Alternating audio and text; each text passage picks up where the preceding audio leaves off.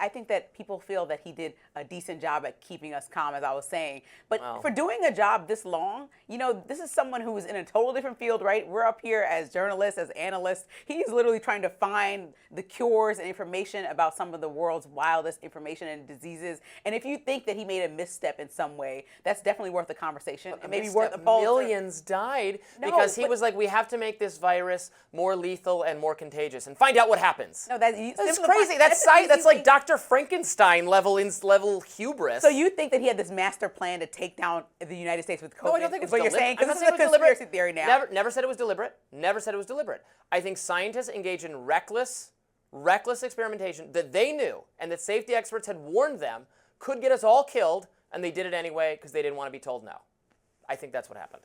We need to get Dr. Fauci on the show. One other to defend himself. Had him on years ago, and it did not go well. One other point I wanted to raise, going back to the dog experiments before we move on. I've always found this interesting, and COVID made this more salient in my mind.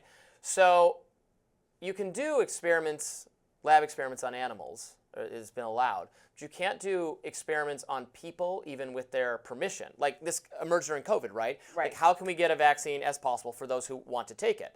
Well, they had to make sure it's safe.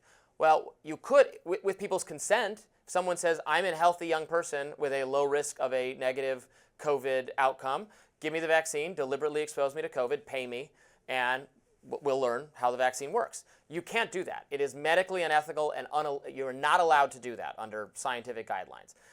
But human beings can consent to things. Animals cannot consent.